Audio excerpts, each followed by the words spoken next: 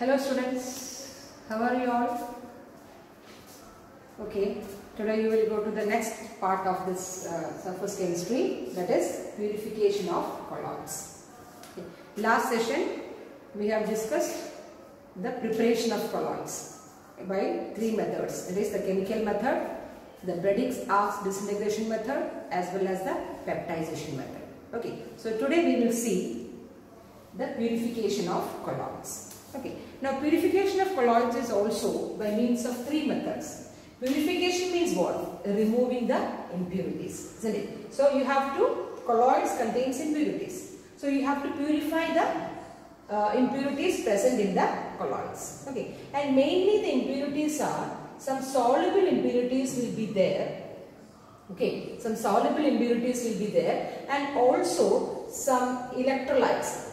Okay, some electrolytes. Actually, colloids, by yesterday we saw the preparation of colloids in which we are adding an electrolyte. Okay, so in fact, for a colloidal solution to be stable, the electrolyte, presence of electrolyte is a must. That means, you know, colloids are charged particles. Today we will see the property of colloids. That means, since it has got charge on the colloids, it is stable. And I am talking about lyophobic colloids in particular. Okay, lyophilic has got little bit of charge, or you can say no charge also in one sense. Okay, so mainly we are concentrating on the lyophobic salts. Okay, in that case, there are charges on these colloids, and electrolytes are giving them charges. Okay, so in fact, for a colloid to be stable or a colloidal solution is there, which means that it must contain, or the solution must contain, some electrolyte. But when excess electrolyte is there, what will happen? This charges, what happens? It will precipitate and it coagulate. Okay, it settle down. Due to the charges, it is not settling down. So if excess electrolyte is there, means excess ions will be present, negative and positive. So it will undergo this mutual coagulation and forms a precipitate. Okay, so in order to remove this excess electrolyte, what I mean is excess electrolyte and also some soluble impurities present in the colloids, the purification of colloids are done. Okay, now in the first case, the first purification method is called as dialysis. You have heard of dialysis, right? Having kidney patients are doing dialysis, isn't it? Okay. So in that case, here also the term is dialysis. Okay. Now what happens in dialysis? Dialysis means you have here, you are removing both the soluble impurities as well as the excess electrolyte. Okay. You can remove both the soluble impurities and the excess electrolyte through this dialysis. Okay. Now in dialysis we will see what happens in this dialysis. Okay. For that, the apparatus is known as dialyzer or dialyzer. Okay. Dialyzer or dialyzer. Okay. In this case, you have a container or a vessel, okay, in which there are two outlets for which the water has to flow. Here the water is flowing in and fresh water. Okay, it's fresh water, and here the water is going out with impurities. That is the difference between these two outlets. Okay, this outlet, the fresh water is pumped in, and here it is with the impurities. Okay, we will see how we can remove the impurities by means of dialysis. Okay, here there is one bag which is called as, you know, semi-permeable membrane. You can have any shape of that. I just draw like this, that's all. Okay, so this is a semi-permeable membrane in the form of a bag. You know what is semi-permeable membrane? Yeah, in this case, it will allow all the ions or molecules, solvent impurities, that is crystalloids or two solutions from this membrane, and only the colloids will be there in the this Barchan membrane or pig bladder or synthetic SPM called cellophane. Anything you can use in this as an SPM. Okay. Now here, you know, fresh water is there. Okay. Now in this parchment bag, or cellophane bag or a pig bladder bag, whatever be the SPM, you have to put this colloidal solution. Okay, so colloidal solution means you are having colloids with the impurities, right? You are having the colloids with impurities. Impurities are what? Impurities, the size. Listen, the size of the impurities are smaller than that of the colloids, which means the permeable, the SPM, the semi-permeable membrane will allow the passage of these smaller molecules into the water or outside this partition membrane bag or SPM bag. Clear? Okay. So these small molecules is called as true solutions, right? True solutions, so you can also call it as crystalloid. Last session also I was talking about crystalloid. Crystalloid is nothing but true solution. It has got a size less than 1 nanometer, isn't it? Size less than 1 nanometer. Okay. Now what happens? Slowly, what happens? This crystalloids or the small ions, see, the point is, this dialysis is able to remove the soluble impurities as well as the excess electrolyte. That's the point. So here, through this part, the SPM, semi-permeable membrane, these ions will come out. See, the ions will come out. The soluble impurities will come out. And what happens? This fresh water will take away these impurities and get lost. That's it. So that is how slowly, this is a very slow process. Okay, so slowly, these crystalloids or the impurities, soluble impurities as well as excess electrolyte is coming out from this membrane and going out through an outlet. And thus we can purify this colloid. Got it? That is what is called as dialysis. Okay, so you know how you can define a purification of colloids. That means the removal of the impurities from the colloidal solution to a requisite amount. What do you mean a requisite amount? That means I already told you, in this colloids it needs electrolyte. Electrolyte is needed for the colloid. For what? For the stability of the colloids, isn't it? So in order for colloid to be stable, it must have a charge on them. And I am talking about lyophobic colloids. Okay. So this is the first purification method, that is dialysis. Clear? Okay. Now the second is just a one step forward of this dialysis, which we call it as electrodialysis. This is simple dialysis, and make the point, it is both helping for the purification of both soluble impurities as well as the excess electrolyte. Okay. Now coming to the second one, which is called as what? Electrodialysis. What is it? Electrodialysis. This is the second method of purification of colloids, that is electrodialysis. From the name itself, you know something connected with the dialysis and electro. Electro means electricity. That's true. How? That means this is same as the dialysis. The only difference between this is you will put an electrode, an anode as well as a cathode, and it is connected to an electric voltage. That's it. Now what happens if it is plus and if it is minus? Now see, the importance is this will remove only electrolyte. If you want to remove the excess electrolyte only, what happens? It will, when the electricity is passed through it, the negative ions, electrolyte means you know, there is, for example, if I am saying NaCl, it will have Na positive and Cl minus ions, isn't it? HCl. So in this case, the plus ion will go to the minus end and the minus ion will go to the plus end. Thereby, what happens? From this, electrolyte means in this partial membrane the electrons are there. So the minus ion will go to the plus and the plus ions of the electrolyte will go to the minus end. Thereby, you can remove the excess electrolyte. It's very simple. Okay, it is one step forward of this dialysis, that's all. Okay, so this is electrodialysis. That is also dialyzer, but the difference is they put two electrodes, one is anode and other is the cathode. Thereby, you can only, the important point is you can only remove the excess electrolyte and not the soluble impurity. Since dialysis is very slow, this is fast, isn't it? Because through electrical supply, the ions will move faster. So, this is about this electrodialysis. Clear? Okay. Now, we will move on to the third and the last method of the purification, that is called as ultrafiltration method. What is it? The third and the last, which is called as ultrafiltration method. Ultrafiltration method.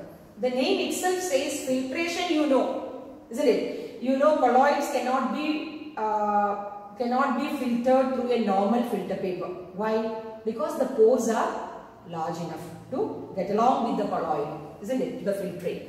So, this means ultrafiltration means something is getting ultra sensitive to that filter paper. Or you can simply say that this filter paper is, since the pores of the filter paper are large enough to get along with the colloid, then the pore, we are making the pore of the filter paper very, very small. That's it. That is called as ultrafiltration, or making an ultra-filter paper. So, ultra-filter paper means getting the pores of this normal filter paper to a very, very small size. Okay. Now, the important point again here to be noted is that in this ultrafiltration, the colloid is the removal of solvent, see, solvent as well as soluble solute. See, what is being separated in this case? In this case, if you have a colloidal solution, we can say it also sol. What do we mean by sol? What do you mean by sol? Solid in liquid. That is the meaning. Okay. So, in this case, if you have a colloidal solution, in this ultrafiltration, the impurities are what? Impurities are the solvent as well as the soluble solute.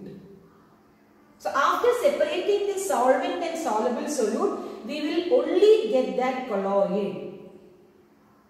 Okay. So, if you get that colloid by this ultrafiltration method, we will see, then you have that colloid, that pure colloid, then this colloid is mixed with a freshly prepared dispersion medium. You are getting the dispersed phase here, and you get that and you put it in the dispersion medium, then you mix it, you will get a colloidal solution, a pure colloidal solution. Okay, now we will see how it works, how this ultrafiltration works. See, in this ultrafiltration we have filter paper. If you have a normal filter paper also, it is okay. So, you have a filter paper, right? You have a filter paper, and this filter paper is soaked in, soaked means dipped in, a solution which is called as colloidal solution. Simple. That is, the filter paper is dipped in a colloidal solution. Okay, then you will get an ultrafilter paper. Now the question is, what is this colloidal solution? Because it is an important thing, but because we want to, why you use this? You want to get the pore as small as, so that the colloid particles will remain in that filter paper.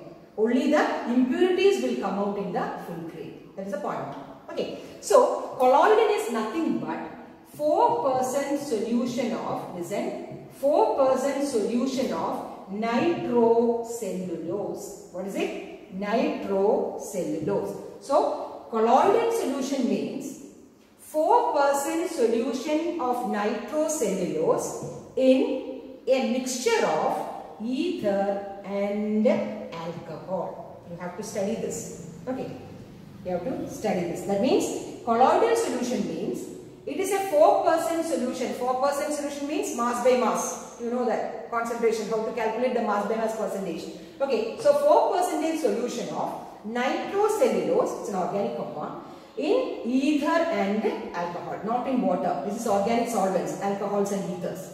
So this is called as colloidal. Okay, so you dip this filter paper in this solution. Correct? Then what you have to do? You have to harden this filter paper. Harden means what? The filter paper, if you are in lab, you know the filter paper is a little bit hard, isn't it? So in order to harden that filter paper, you have to treat it with formaldehyde. What is it? Formaldehyde. What is formaldehyde? Methanol, that is HCHO. It is hardened using formaldehyde. Correct? And then you dry the filter paper, you will get this ultra filter paper. Once again I will tell you. In this ultra filtration method, what you will do, you have a filter paper. You have to make the filter paper into an ultra filter paper. For that, you have to get the filter paper dipped in a colloidal solution. Now, what is a colloidal solution? It is nothing but 4% solution of nitrocellulose in ether and alcohol. Got it? Now, what you should do? You get the filter paper. It must be wet. So, you have to dry it. Before drying it, you have to get it hardened. So, that is by treating with formaldehyde, that is methanol. Then, you dry it, you will get an ultra filter paper. Then, you pass the colloidal solution into the ultra filter paper using a filter funnel. Then, what happens? All the impurities will go into the filtrate, and what will be remaining in that ultra filter paper? That is simply the colloid. Right? Simply the colloid. But actually, by putting it in the filter paper, it will be very, very, very slow. So, what you should make to make it happen at a higher rate? You have to put some pressure pump. If you apply some pressure, then it will go easily. Okay. Now, once you get the colloid, as I earlier said that, you just mix it with the freshly prepared dispersion medium. Whatever dispersion medium you want to put it in this colloid, just shake it or just mix it, you will get the colloidal solution, the purified colloidal solution. Okay, so hope you got these three methods of purification. The first is say simple dialysis. Second, simple dialysis means it is only, it is for removing both soluble impurities as well as electrolyte, excess electrolyte. Now, second method is electrodialysis. In electrodialysis, only to remove the electrolytes, excess electrolytes. Okay, electricity is passed. And the third is ultrafiltration method. Okay, so hope you have understood these three methods for purification. Clear? Understood? Okay. Now we will move on to the next topic that is very, very important. That is properties of colloids. In this session, board exam questions are asked. Okay, every year board exam questions are asked from this session normally. Okay. Now we will pass on to the properties of colloids. Okay. Properties of colloids. Okay. Here we are discussing some of the properties, not all the properties, but still a very important one. I think it is 6 properties we are dealing with in this chapter. I think so. Okay. Now, properties of colloid. The first property you are going to deal with is, you all know, colligative property. Okay. Colligative property. Now, what is colligative property? The first chapter we have studied solution. You talk a lot about this colligative property. Now, what is colligative property? Colligative property is a property which depends only and only on the number of solute particles, isn't it? So, remember it. Okay, it is only depending on the number of solute particles. Okay, here also the same thing. Here also it shows colligative property, right? Because it depends on whatever the number of solute particles in it, it depends on that. But if a comparison is made between true solution and colloidal solution, you see, if a comparison is made between a true solution and a colloidal solution, true solution means the molecules are very, very small, and the colloidal solution means the size ranges, isn't it? This is from 1 nanometer to 1000 nanometer. Here it is less than 1 nanometer. Suspension is greater than 1000 nanometer, isn't it? This is still bigger. Now what happens? The value. If you compare the value of the colligative property, what are colligative property? You know, relative lowering of vapor pressure, RLVP, then elevation in boiling point, isn't it? Delta TF, freezing point, delta TB, boiling point, and the osmotic pressure. Okay, so all these 4 colligative property, colloidal solution will also show. But when you compare the magnitude or the value of this colligative property, what will happen? This colloids will have less magnitude than in the true solutions. Because you know, in true solution, if there are 100 molecules, when coming to the colloidal solution, it may be 50 or 40. Because the size is more. So in that area, if you talk about 1 unit area, if there is 50 particles in 1 unit area, there may be only 35 particles. So depends on the number of solute particles. So definitely the true solutions will have a more colligative property value. That means the RLVP, delta TF, TB and pi shows more magnitude than the colloid solution. Simple. That's that much. So this is about the colligative property. So you can say simply the value or the magnitude, you can say like that. Magnitude or the value. The magnitude of the colloidal particle is less than that of true solution. That's all. Just a comparison. But the point is, it depends on the colligative property. That is the first property you are talking about. That is colligative property. Understood? Now we will see the second property. Okay. Am I rushing? No. Okay. So the second property is, again, is an important one. All are important, but still out of which this is also very important. That is called as Tyndall effect. Tyndall effect. Tyndall effect. What do you mean by Tyndall effect? When we talked about solutions, colloids and suspension, we said solutions does not show Tyndall effect, but colloids and suspension show Tyndall effect. What do you mean by Tyndall effect? That means when a beam of light is passed through these solutions, the colloids will show the path of the light through the solution. That is called as Tyndall effect. Or in one sentence, I can define the Tyndall effect as, how can I define it? Define as, tell me, the Tyndall effect is the scattering of light. Okay, the scattering of light particles. That is it. That is scattering of light by colloidal particles is called as Tyndall effect. Which means if the light is passed through it, it will scatter. That's all. So that effect, the colloidal solution will show Tyndall effect. Why? Because the size is appropriate to scatter the light. Whereas in the true solution, the size is very, very small, so it cannot scatter it. That's the difference. Okay. So scattering of light by a colloidal particles is called as what? Tyndall effect. Okay. Now we will see more. This you know the Tyndall effect. But now we will see a little more detailed about the Tyndall effect or the conditions by which Tyndall effect occurs. Okay, depending on the size of the particle or wavelength of light used, etc. Okay.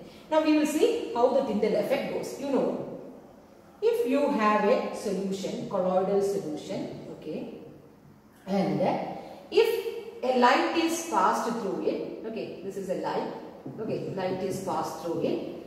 Now, to make it more converging, okay, here there is one colloidal particle, it will scatter the light. See, this is happening. This is happening in the colloidal solution. Okay, so when a beam of light is passed through it, it passes through the solution and it is scattered by this colloidal particles. That's it. Okay, now this brightest portion is called as Tyndall cone. It is called as Tyndall cone. The diagram is given in your NCERT. Okay.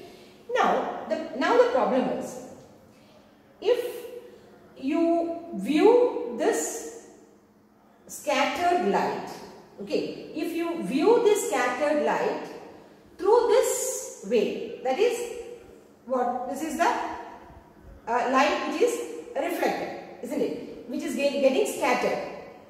So you can see the path of light. But if you see the colloidal solid or particle, when it is viewed from a microscope, see, imagine this is a microscope, at right angles to this colloidal particles. Listen. Now, here you can see the path of light. But if you view these colloidal particles at right angles to this by a microscope, or more precisely an ultra microscope, okay, in ultra microscope, this experiment was done by XII. Okay, a scientist called XII. So this scientist made this ultra microscope and viewed this colloidal particle. He observed that he can see only the scattering of light particles, that's all. And he cannot measure, or he cannot have an idea of the size of the colloidal particles.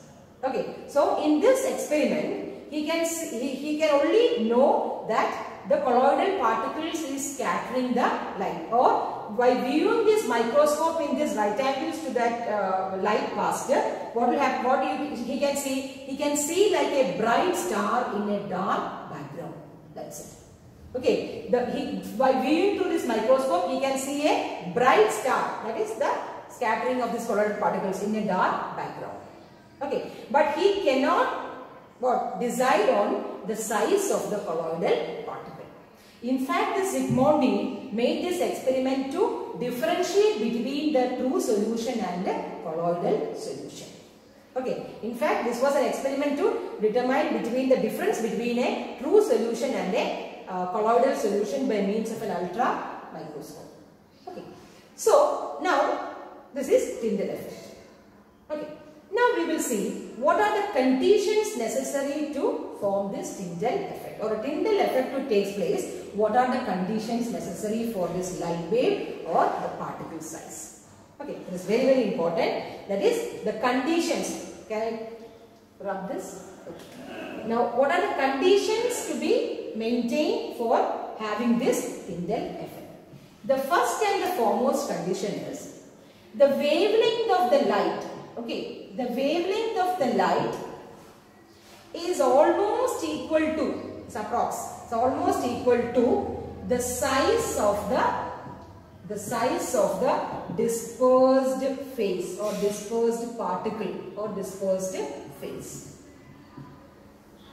Remember, not dispersion medium, it is the dispersed phase, that particle. Okay, so the lambda of the light, that is the wavelength of light, must be approximately equal to, it is not very less than, that is why I put approximately equal to the size of the dispersed particle. Then only Tyndall effect will take place. Okay. Now the second is, it's also important, the refractive index, right? The refractive index, how you will denote, it is mu or it is n. I think it is mu, or anyway. The refractive index of the dispersion medium, the difference between the dispersion medium, refractive index of the dispersion medium and the dispersed phase must be very, very large. The magnitude or the difference between these two must be very, very large value. Then only this will show the Tyndall effect.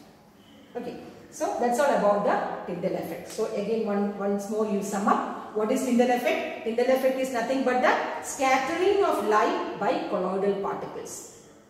Okay.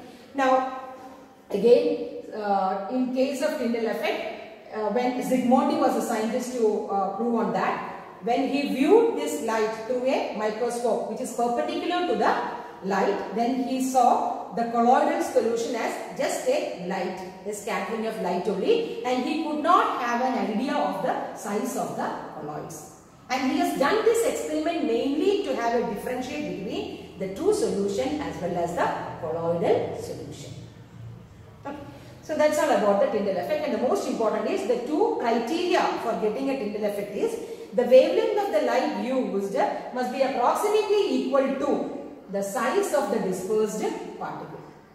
Okay, and also the difference in the refractive indices, you know that, right? Refractive indices. So the difference between the refractive indices of the dispersion medium and the dispersed phase must be a large value. The magnitude must be very, very large. Okay, so these are the two conditions for which the Tyndall effect should take place. Understood? Clear? Now moving on to the third property of colloids. I already told you, right? The properties are important. Okay, and it is very easy. It is not a rocket science or something to get it understand very deeply or so. No, just it's theoretical. As this chapter is itself a theoretical chapter, right? Okay. So the third property is the color. The color of the colloids. What about the color of the colloids? Okay. You know, the color always depends on the wavelength of the light used, isn't it? The color always depends on the wavelength of the light used, isn't it? You know that. But the wavelength still depends on, in turn, this wavelength still or in turn depends on the size of the particle. The particle which I mean is dispersed particle, dispersed phase, and also the view of the observer.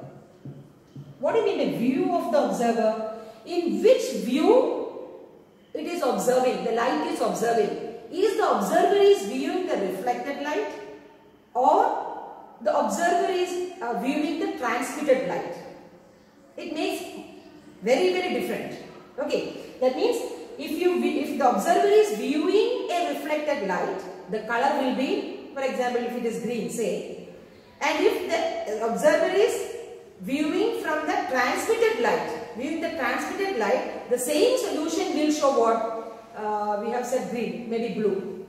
So there is a marked difference between the color in relation with the viewing of that observer. Okay, that's very important. I'll tell you an example also. Okay, now see, so color of the colloidal particles depends on the wavelength of the light, which in turn depends on the size of the particle as well as which angle or which light they are observing. The viewer is observing which light, whether he is observing the reflected light or he is observing the transmitted light.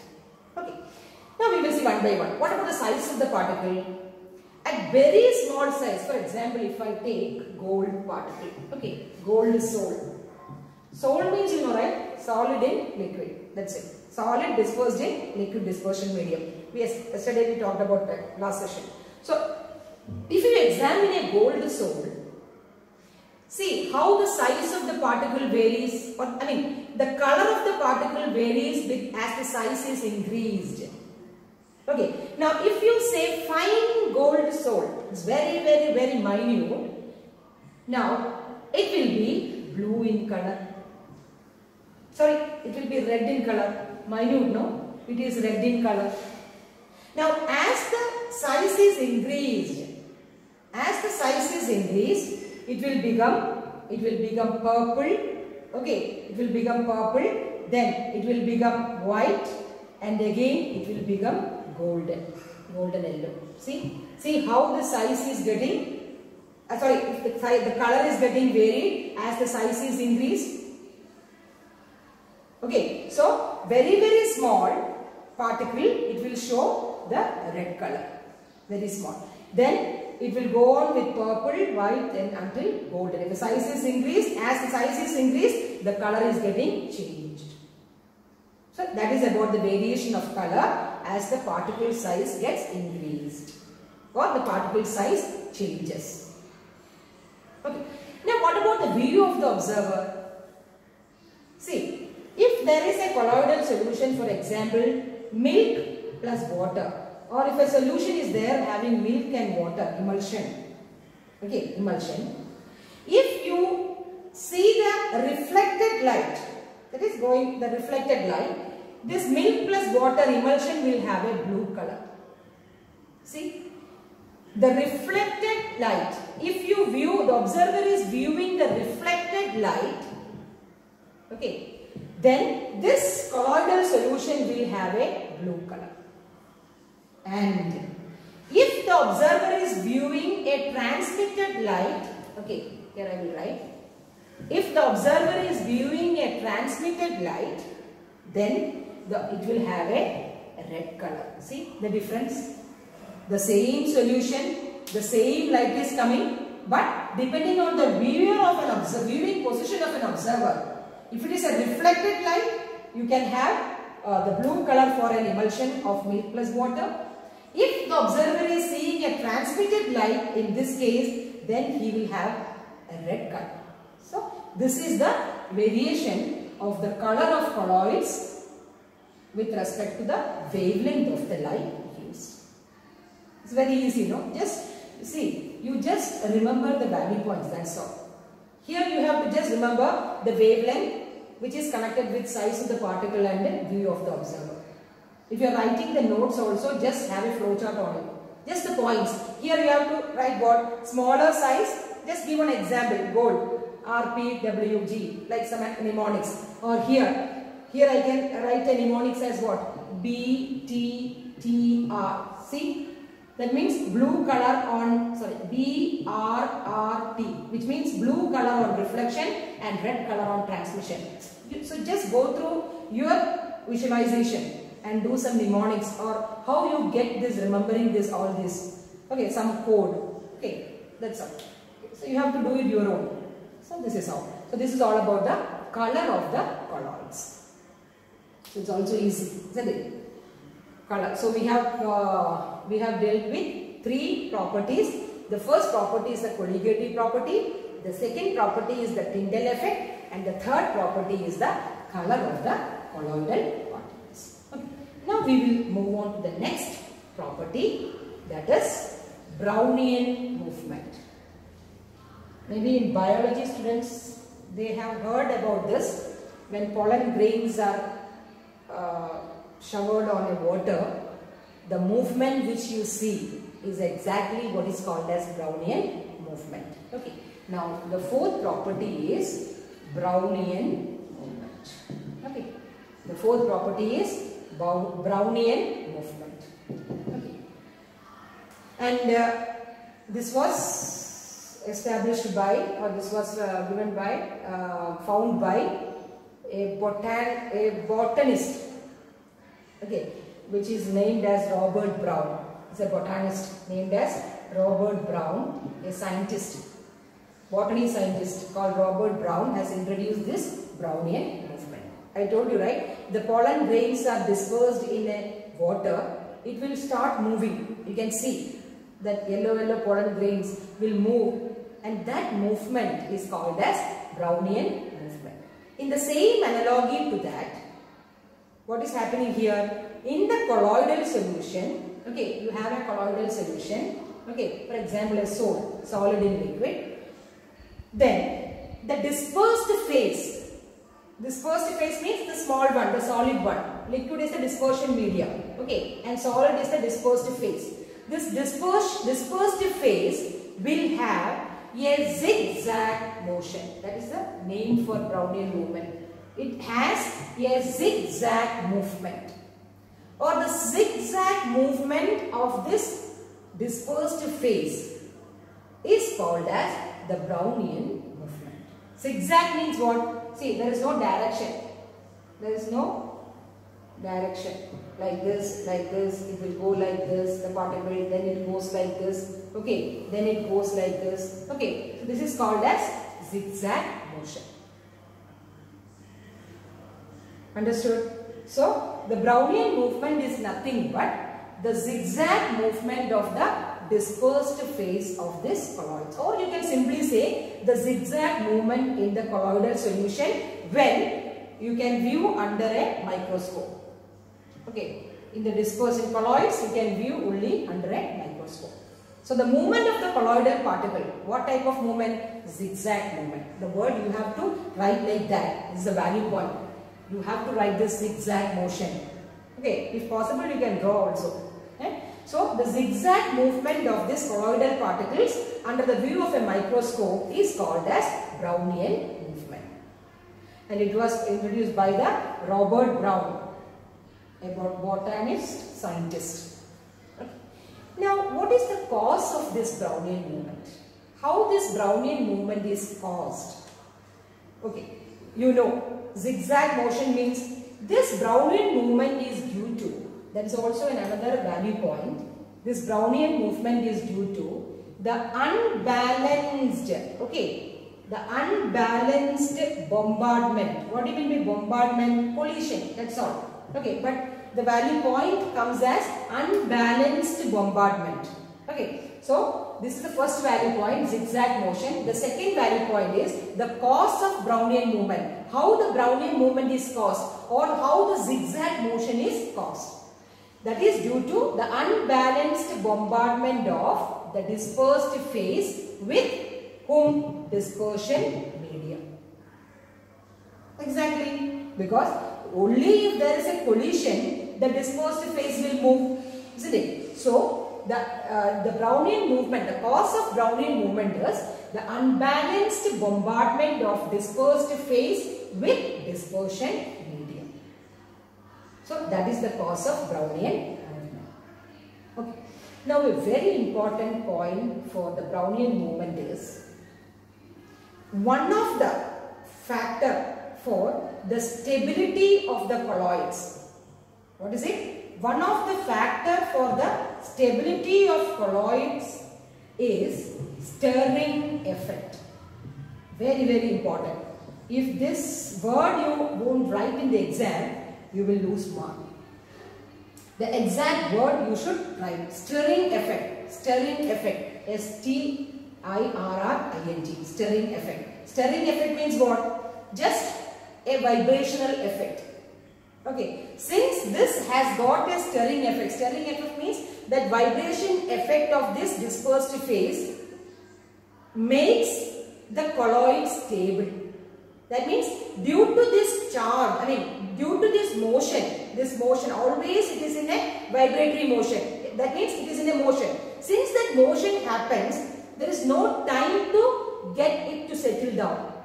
Isn't it? If it is settled down, then it is a precipitate. So, due to this motion or the vibrating motion or the stirring effect, it is said to be, or colloids are said to be stable. So, if a question is asked, give two reasons for the stability of colloid is, one of the reason is the stirring effect, which you can see in the Brownian movement. So, always it is moving, right? And this movement will make the colloid stable. Once this movement is lost, then what happens? It will precipitate down or it will settle down. Then the property of colloid is lost. So, due to this stirring effect, you just study that, value point.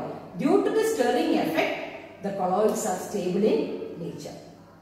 Now, that on elaboration, why the stirring effect is stable, or why stirring effect makes the colloid stable means you can write what?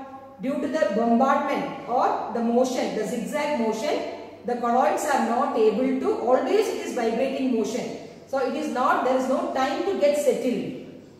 So, that is why it is stable in nature. Okay, so these are the three important points to remember in the Brownian movement. First is the zigzag movement of the colloidal particles is called as Brownian movement, the definition. Now, what is the cause of Brownian movement? The unbalanced bombardment of, it is not balanced, right? It is an unbalanced bombardment of dispersed phase with the dispersion medium. Now, what is the effect of this Brownian movement? It makes the colloid stable. That is very, very important. The stability of the colloid. The first reason for the stability of colloid is stirring effect. You have to write that point. Stirring effect. Okay. The second point is next property, that is charge on the colloids. So these two makes the colloid stable. One is the stirring effect and second is the charge on the colloids. These two makes the colloid stable. And let me tell you, we are considering lyophobic sols. We are not considering the lyophilic, but it is not in the textbook, but still these are all applicable for a 90% lyophobic sols, because charges are there on it. So that all this happens. Okay. Now we will see the last one, that is charge on the colloids. Okay, that is also important. So now we got it right. The three value points: zigzag, unbalanced bombardment and stirring effect. That is stability of colloids. Correct? Okay. Now we will move on to the last property of colloids. That is what? That is charge. Okay. The fifth property and the last one is charge on colloids. See, normally all the applications which we see with respect to the colloids are on the colloids. And if I want to say particularly, I am telling about the lyophobic colloids. Remember, okay, lyophobic colloids. And you know, every lyophobic colloids, or if you simply say colloids, have charge, electric charge on it. Electric charge or charge on it in the sense, it will carry either a positive charge or a negative charge. Listen, all the colloids, I am telling all colloids have a charge on them. Even I told you lyophilic also contains charge, but very minimum. Okay. But lyophobic or colloids carry always a charge with them. And now where this charge they are getting the charge from the electrolyte. Where they are getting the charge from electrolyte. You know, electrolyte means positive charge as well as negative charge. Okay. So due to this charge, they are stable. Keep in mind. Okay. Two things. Why stable or stability of colloids is due to, one is what you will write, stirring effect. Okay. Now second is charge. So due to these two things, the colloids are stable in nature. Okay. So I told you the charge is mainly due to the electrolyte present in the colloids. And if you see a charged colloid, okay, you can classify these colloids into positive colloids as well as negative colloids. Because there is only a positive and negative charge in electrolyte, right? For example, NaCl. There is plus charge and minus charge. So if you take a colloid, for example, a simple example, this colloid, if this is a colloid, I can say this is a positive colloid. Because this colloid is surrounded by a positive ion. We will see this. Okay. We will see this. Okay. So I call this, or I differentiate this as a positive colloid. In the same way, if the negative ions are on adsorb, then adsorption is again the phenomenon taking place here. So if again, for example, As2S3, arsenic salt, in here there is, you call it as a negative salt. Why? You know, the charge is mainly depending on the electrolyte. The charges, they get it from the electrolyte. The colloid will absorb the charges and it will be in the surface of that colloids. Now, if the charge is a positive charge, it is called as a positive colloid. And if the charge is a negative charge, it is called as a negative colloid or a salt. Okay. Now you have a table in your NCERT which you have to study, because one word question can ask from them. For example, give an example for a negative salt, or to make it complicated, what is the nature of basic dye stuffs? Is it a positive colloid or a negative colloid? So there are only 4 things. So just study that. Just giving an example. Positive colloids are, see, metallic hydroxides or hydrated metallic oxides. Hydrated metallic oxides. Almost all hydrated metallic oxides are examples of positive salts. Okay, that is why I said Fe, OH, price. Okay, like that. Now, second is blood. Blood is an example of a positive salt, positive colloid. Okay, again, oxides like titanium oxide is an example of positive colloid. Or basic dyes. Basic dyes means methylene blue. Methylene blue is a basic dye. It is also an example of positive colloid. So you just study this 4 which are given in a table in your textbook. So just study that. Okay, just I am telling, that's all. Now coming to negative soles, hydrated metallic oxide, here metal soles. Last session we studied how to prepare gold sole, then sulfur sole, isn't it? Gold sole, sulfur sole, then ferric hydroxide sole, and arsenic sole, negative sole. Sulfide soles. I told you, arsenic sulfide, As2S3. This is a negative sole. Metal sole, that is gold, silver, etc. Soles are negative soles. Now, this is basic. So, here it will come acidic dye. Acidic dye means you will study later, eosin, etc.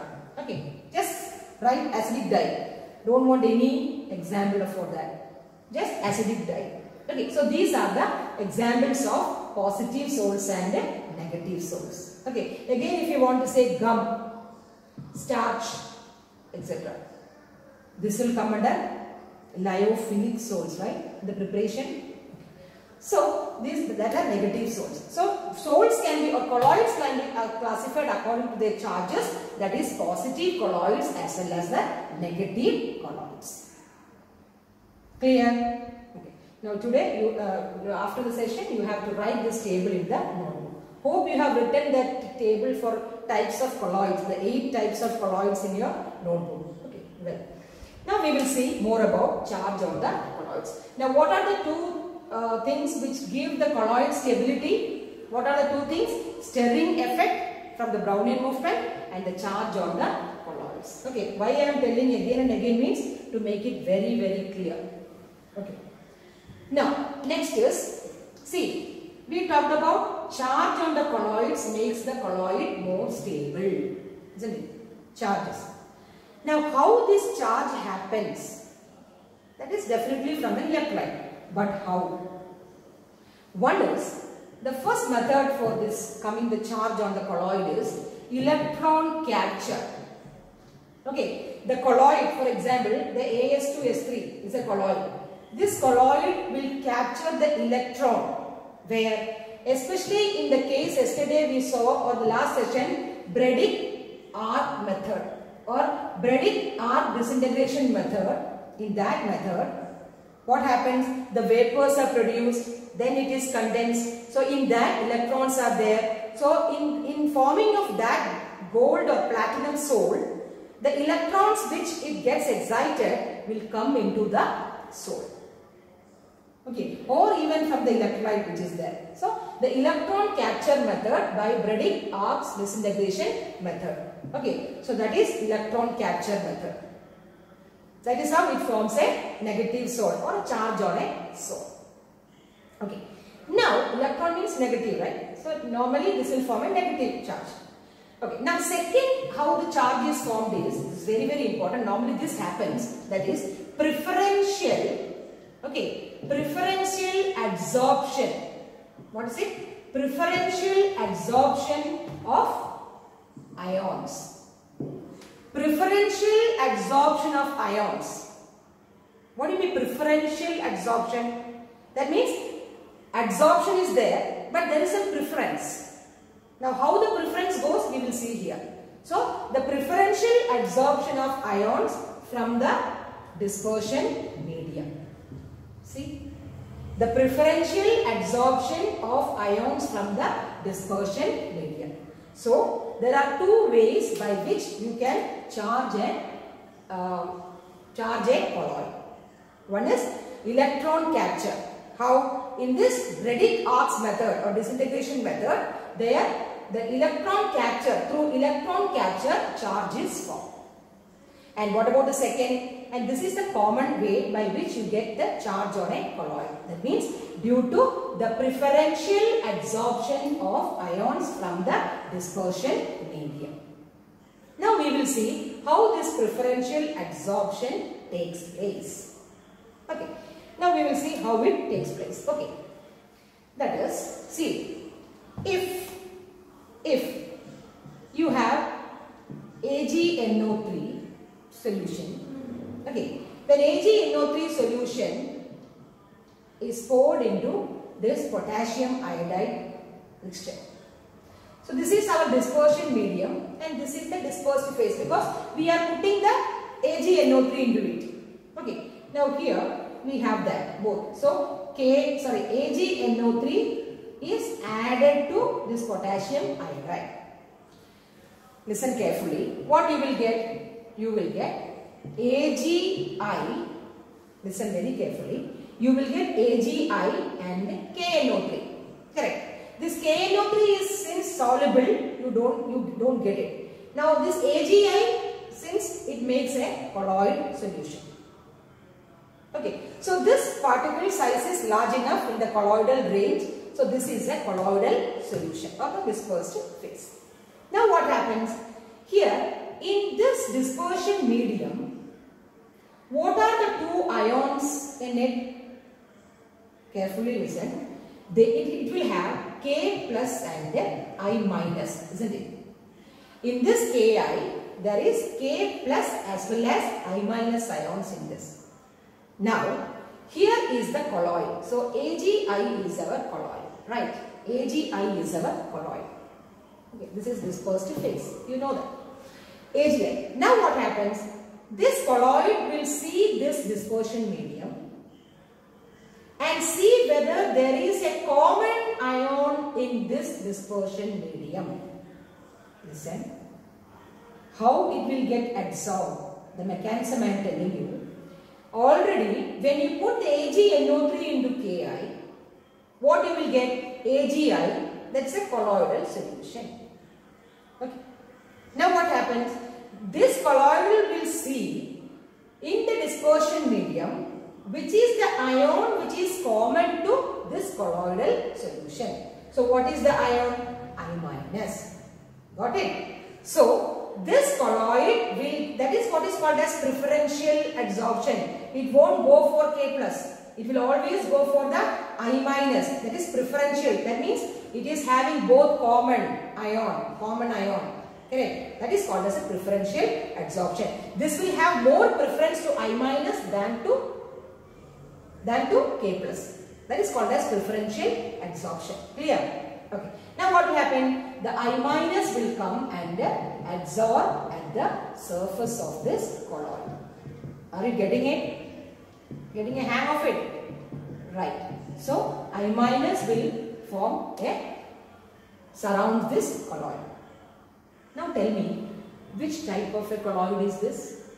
Is it a positive colloid or a negative colloid? Definitely this is a negative colloid. That is, the charge on this is negative. That is why it is called as a negative colloid. I already told you the metal soles are negatively colloid. Clear? Understood? Now we will see how you will get a positive colloid. How you will get a positive colloid. See. The same thing I am reverting it. Reverting means just opposite to it. I will have, can you see this?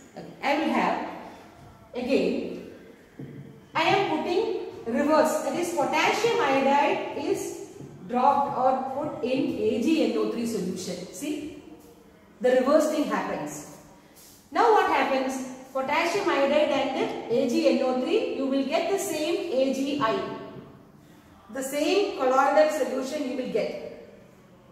But see, the preferential adsorption is taking place. Now this colloid will see into the what? The dispersion medium. What is the dispersion medium? AgNO3. Now what are the ions there? Ag plus and NO3 minus. Now what is the preferential adsorption? Here there is Ag. So it will preferentially adsorb. Listen. It will preferentially adsorb this positive Ag plus. See? Positive Ag plus. So, it will have positive ions preferentially adsorbed on AgI. Which means that this is an example of a positive colloid. Correct? And here, if the reverse thing happens, if AgNO3 is added into potassium iodide, you will get a negative colloid. And if Ki is added to AgNO3, you will get a positive colloid. So this is how you will get a positive colloid as well as a negative colloid.